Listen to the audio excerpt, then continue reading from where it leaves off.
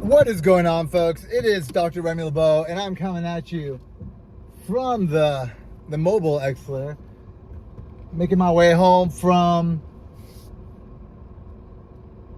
the latest Thor film. Also, of course, trying to back out of my parking spot with 80,000 cars coming. But hope everybody's well. Just got out, watched the whole film, really enjoyed it. Super fun.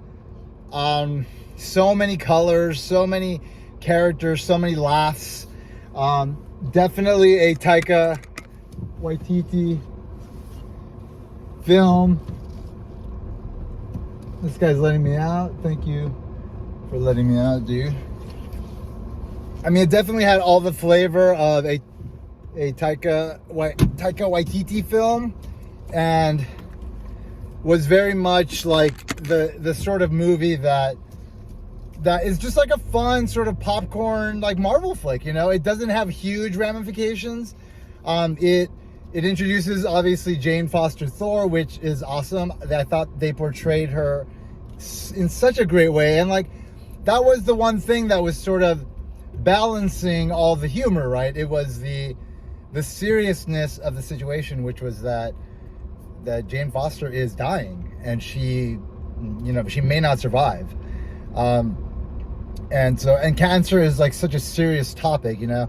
And Taika Waititi has a really good way of sort of balancing the seriousness of topics with some levity to kind of just make it palatable, but also, you know, make it present, you know. When he did, I forget the name of the movie, but Jojo Rabbit.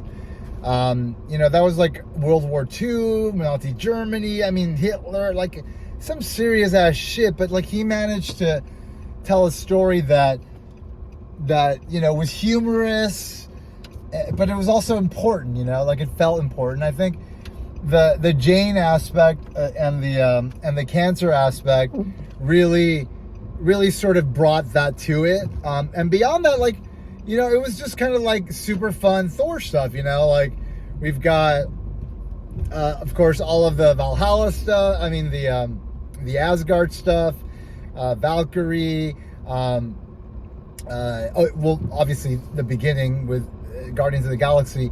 There was just like a lot of fun and humor and colors and just like kind of Asgardian magic, you know, like exactly what you want from the spectacle of Thor, right? Like the lights, the sounds, the sets, the costumes, like everything that you want from the world of Thor, it was there. And it was very fucking rock and roll, fucking metal. It was very metal is what it was. There was a lot of freaking a lot of Guns N' Roses in this movie. It's like 4, maybe 5 Guns N' Roses songs in this movie. So the trailer, the use of Guns N' Roses was just, it was very appropriate, because like it was calling attention to the fact, like, hey, Guns N' Roses is kind of like a character in this movie as well. Fucking hilarious. The relationship between Mjolnir and Stormbreaker and Thor, I thought that was fucking hilarious. Like it was just like, it could be so stupid, and like it was intentionally like stupid at times, but like most of the time it was just like, this is fucking hilarious. Like the moments where you kind of saw Stormbreaker being jealous, right? Being jealous of Thor's relationship with Mjolnir. I mean, that's fucking great shit, man. So like you have that sort of, that interesting kind of ex-girlfriend dynamic with Jane, which was super fun.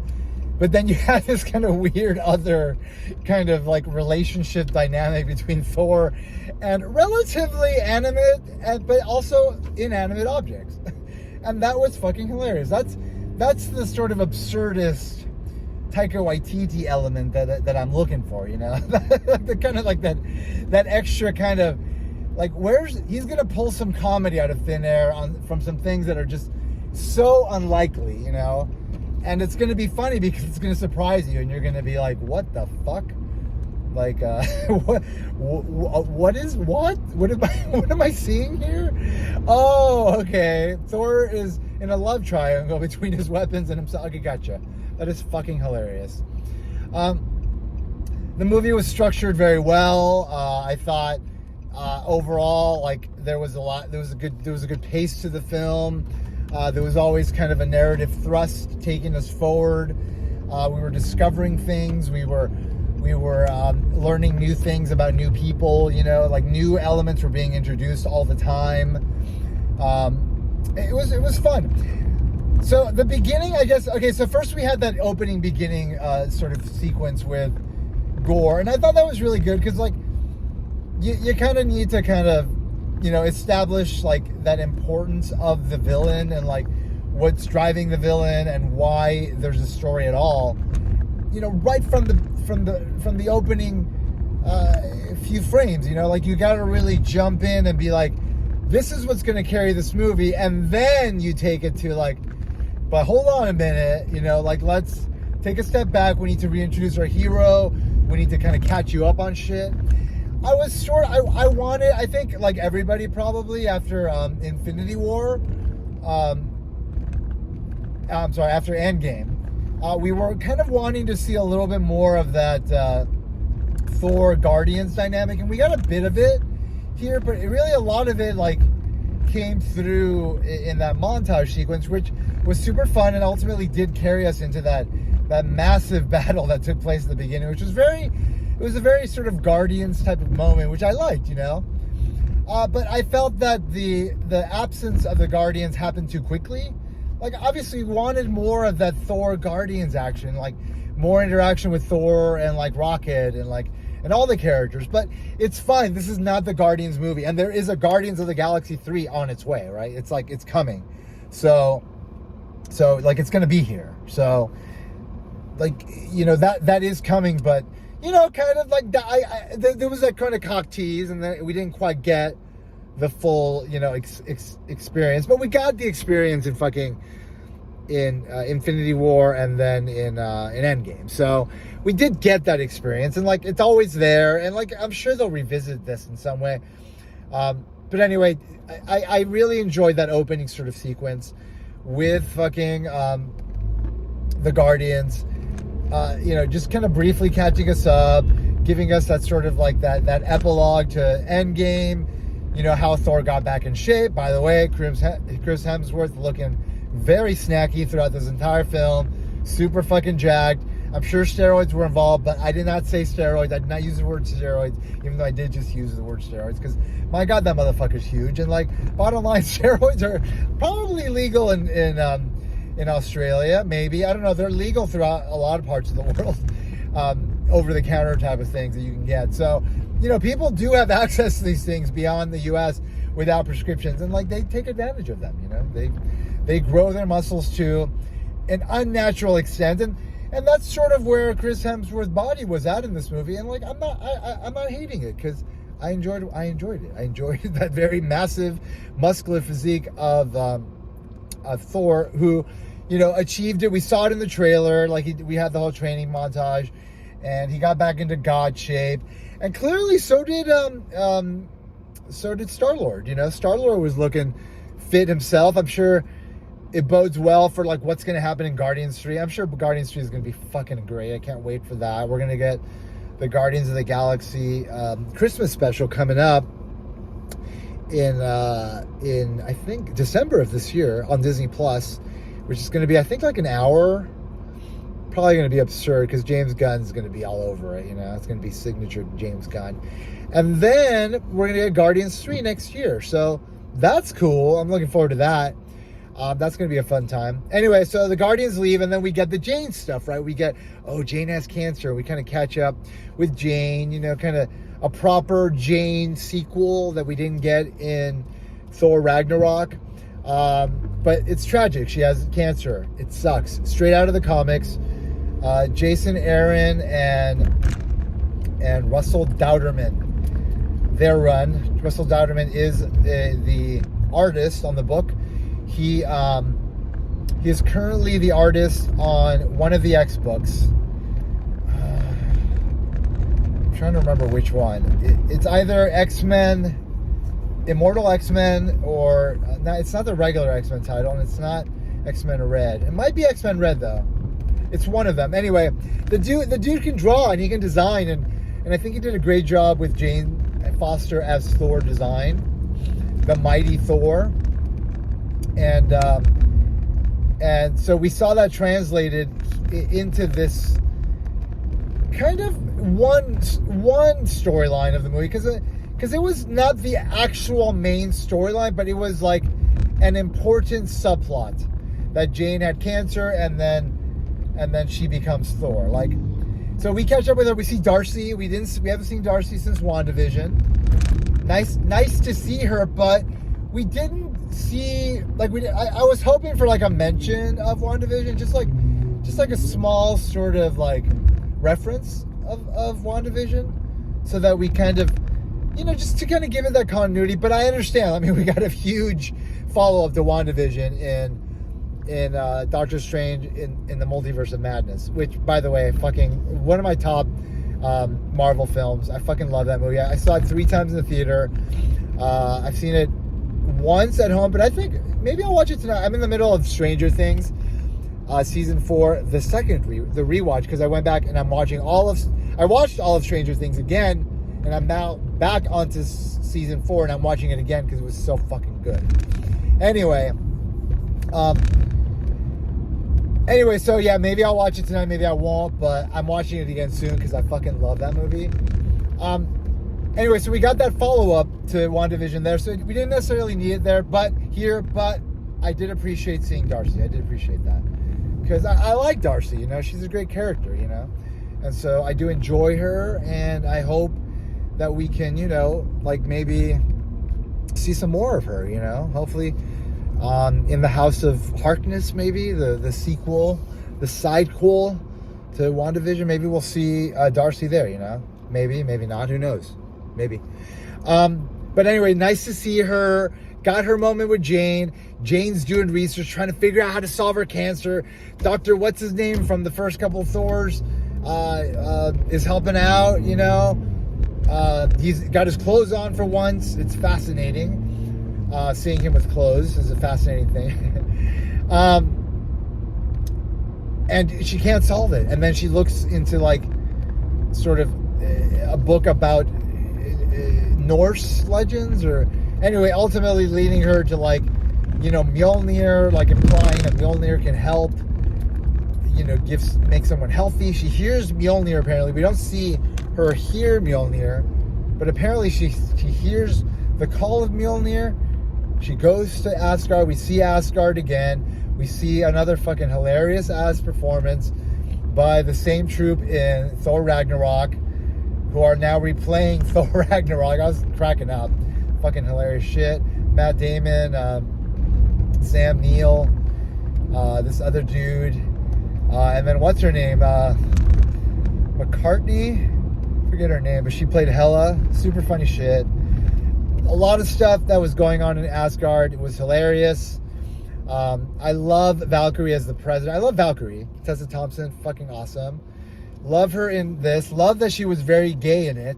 She got to be very gay. And then we find out Korg's gay too. So I'm like, great. Multiple gays in this movie. Fantastic. Don't just give us the token gay. Fucking, there's a lot of gay people. There's some fucking lesbians over here. There's another lesbian over here. There's some gays over here.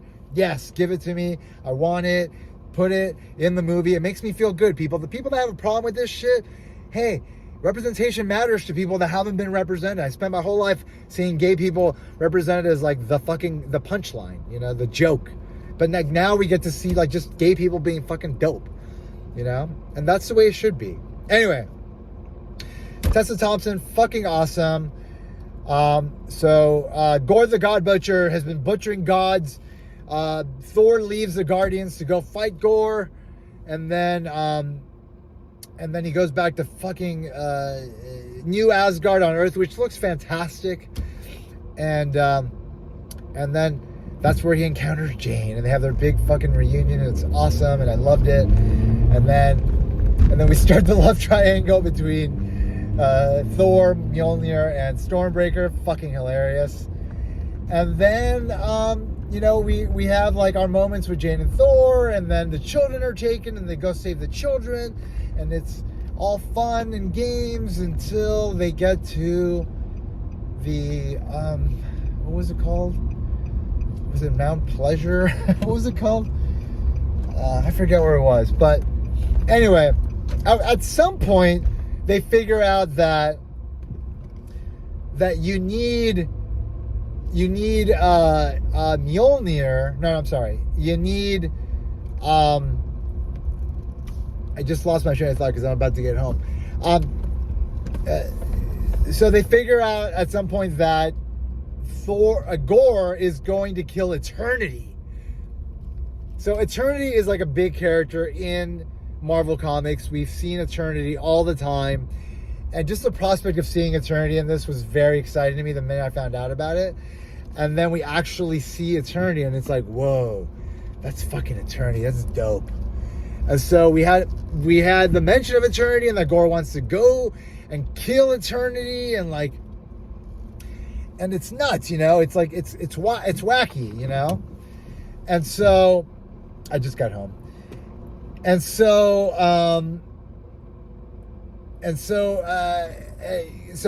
they go to try to get help from Zeus and the other gods, and we see all these interesting gods around. I thought they were gonna make a bigger connection to Moon Knight, but they did not, because in the comics, Moon Knight is the one that, Khonshu, Moon Knight's god, is the one that reforges. Oh no, Moon Knight with the power of Khonshu reforges Mjolnir because it's supposed to be made of like moon rock or some shit. Clearly they retconned that in Endgame, and so they didn't use it. But I thought they were going to, and I thought that would have been a cool thing if they were able to pull it off. I'm sort of glad they didn't, because bringing in a lot of elements into a movie that aren't specific to the movie and require other knowledge of things is problematic, I think. Expecting people to understand Moon Knight, I think it's asking a bit much of the audience. Like, you're basically saying like, oh, you need to be watching every Disney Plus show, and that's not fair of a movie-going audience, Like, they shouldn't have to do that. So I'm glad they didn't, but even if they did, if they had, I bet they would have done it well. They would have given you the info. They did a lot of important sort of, let me catch you up on stuff, montages, which I thought were great. Like, it's exactly what you need, and they pull it off wonderfully. Taika Waititi is a very entertaining director, and he pulls it entertainingly, and that really works all around. So we're back at New Asgard, right? Gore the God Butcher takes the children. No, I'm sorry. I just like went back a step. Now we're back at where Zeus is. We have our funny scene where Thor is naked. We see his ass. Fantastic. Thank you for not blurring out his ass. And then we have our interesting sort of moment with Zeus. I enjoyed the sequence. It was fun. What's his name? Russell Crowe as Zeus was fun. He was a fun time. It was just kind of a fun moment. Jane was there. We got to see her fight. It was just sort of like a fun series of fun moments. Oh, that's when Korg died. I thought Korg was going to be dead. I kind of hope he was. I kind of wish he was. Even though in the end, as we know, Jane Foster dies, and even though we see her in the after credit sequence, where we see Idris Elba, which is fucking awesome, that doesn't imply she's coming back to Earth, because Idris Elba didn't come back. So like, once you're in Valhalla, you're in Valhalla. But wasn't there a moment in the movie where Thor said something about Valhalla? Anyway, I don't know if we'll see Jane Foster again, but she did die, and I thought Korg was dead. He was not dead, but it was sort of a serious moment there for a second, and we find out Korg is gay. Fantastic, love that. The idea of two rocks mating, making another rock, hilarious. Anyway, then they take the thunderbolts from Zeus, then they go fight Gore, and they go to that fucking dark dimension or whatever it is, and everything turns into black and white. I was like, fucking sweet, dude. Like, Taika Waititi is not just a comedian. He is a visual filmmaker. He's, tour. He's got vision. He's got style. He's got signature sort of moves. And the idea to sort of make it black and white with some color elements, I thought was a beautiful, beautiful touch to that whole sequence. We get the battle. We get the children are not there. Gore takes the hammer at the end of that sequence, right? Stormbreaker leaves, and then we get sort of just the next sort of chase to track down Gore the God Butcher and take him down, getting us ultimately to Eternity. I'm sure I'm missing some stuff there. There's a lot of character stuff, a lot of relationship stuff with Jane and Thor. I thought was wonderful. I really enjoyed the relationship. I'm glad it was not in Thor Ragnarok, but I like that we sort of we didn't just forget about it, like it was dealt with. And then, Jane got to have her moments as Thor, and it was fucking dope. And I love seeing her fight, and she looks badass, and she fought badass, and it was just such great moments for her character. Exactly what I was hoping for. And it's funny because I remember when the first Thor came out, and I at the time I remember the Mighty Thor had come out, Jane Foster had been introduced as Thor, and I was like, wow, like wouldn't it be wild if eventually Natalie Portman got to be Thor, the Mighty Thor? And then she did, and it was great. Just had some wonderful moments. We finally Tessa Thompson gets fucking stabbed with the lightning bolt, which is pretty serious as well. She's out of the picture. Jane is like dying from cancer. She's out of the picture. And then, so Thor goes by himself to try to stop Gore from getting to Eternity. Because if he gets to Eternity, he can have one wish, apparently. And Thor thought the wish would be that he was going to kill the gods. Because that was his whole thing, right? I gotta avenge. I gotta kill the gods because they don't actually care about anybody. They just pretend to. And so he's at the gate. He's fighting Thor. We got that wonderful, fun moment with all the kids. I thought the incorporation of the children was really fun.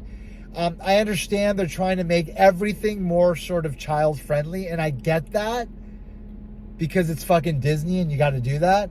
And also, like, you got to indoctrinate the next generation, right?